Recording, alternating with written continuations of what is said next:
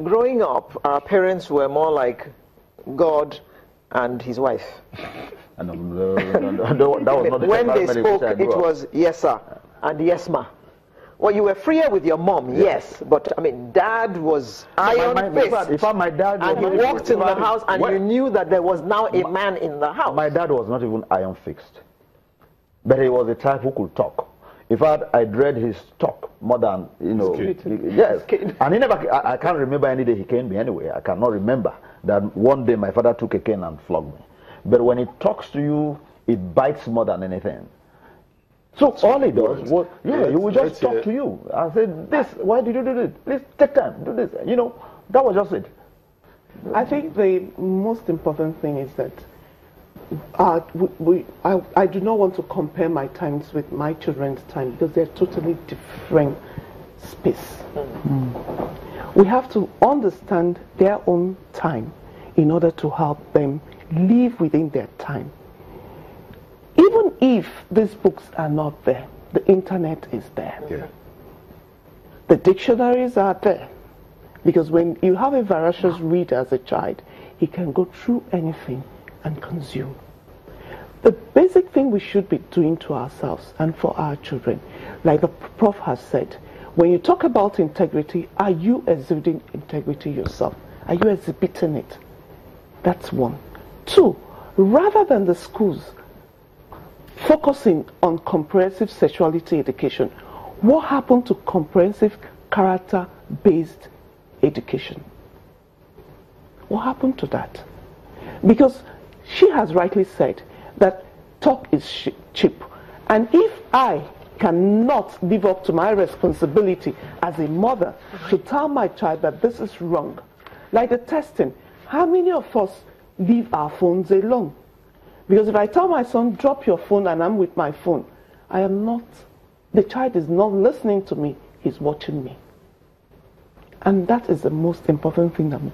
Let us teach our children and be examples for them to see that it can be right. Things can go right because we want it right. Right can never be wrong and wrong can never be right. We have to teach our children to be able to choose what is right for them. And to contribute to what he has said, in teaching our children to mind their bodies, we should also tell them it is not a toy for them to play with. Because even if you ask them that it's private and they begin to play with them, a lot of things happen.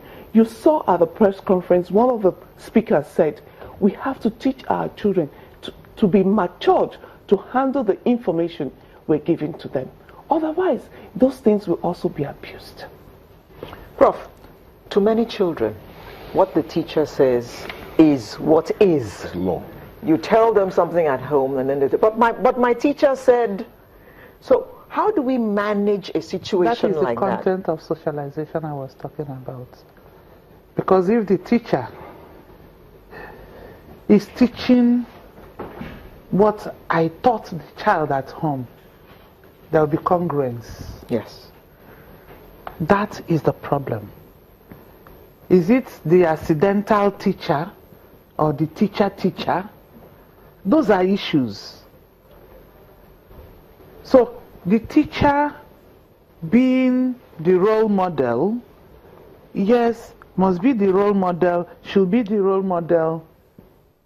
But what is the content of the role modeling? Because if a parent has taught the child that to respect elders, it's only the rich elders that you have to respect. Let me see your children don't kneel down to greet. Don't mind these children of nowadays. But when another auntie comes with a lot of money, hey, you come and kneel down and greet Auntie Yetunde now. What is wrong with you people? You have sent a message to those children that respect is classified. And the classification of respect will move from the home to the society. And for us to have a fully functioning member of society, then our concern should be the content of our socialization. What right values? Respect for constituted authorities, respect for all elders, respect for your mates, love everyone, spirit of sharing, tolerance. These are key things. Do we still teach our children how to tolerate the shortcomings of the other person?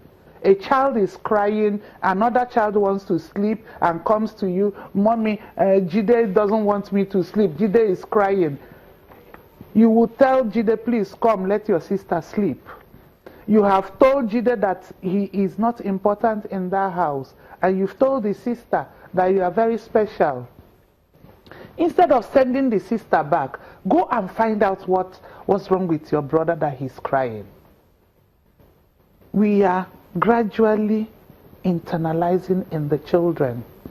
I don't think a lot of parents actually understand the nuances of these little actions that they take. But that being said, it has implications. We need to start winding down now. Okay. So I need to take your last word on this. Let me start with the man for a change. Well, thank you. I think that we must recognize that parenting is at the foundation of societal development. Once you get it wrong at that level, society will equally be built on a wrong foundation. So we need to give more time to, bringing up our children.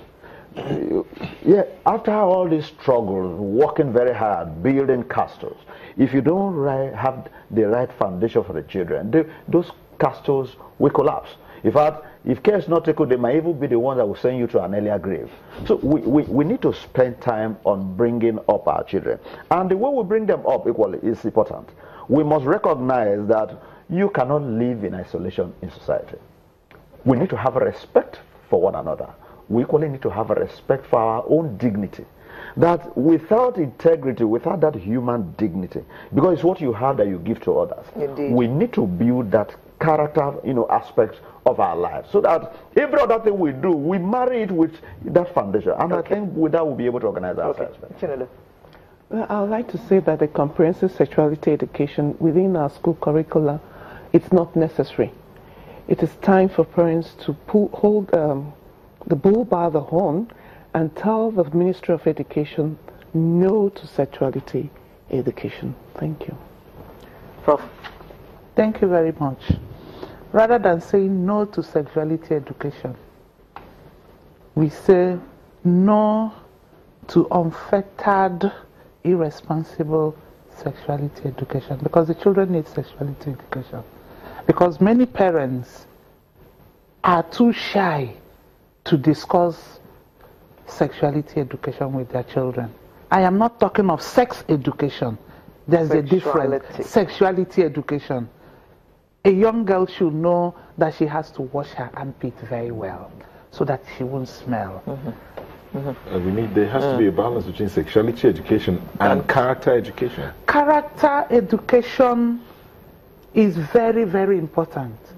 Because if you are not strong of character, you have a problem even functioning properly. Okay. Thank you very much. We have been chatting with Dr. Dan Ekere, lecturer, Department of Philosophy, University of Lagos, Mrs. Chinelo Ujubong, ASCOM representative, as well as Professor of Education at the University of Lagos, Mrs. Ngozi Osarere.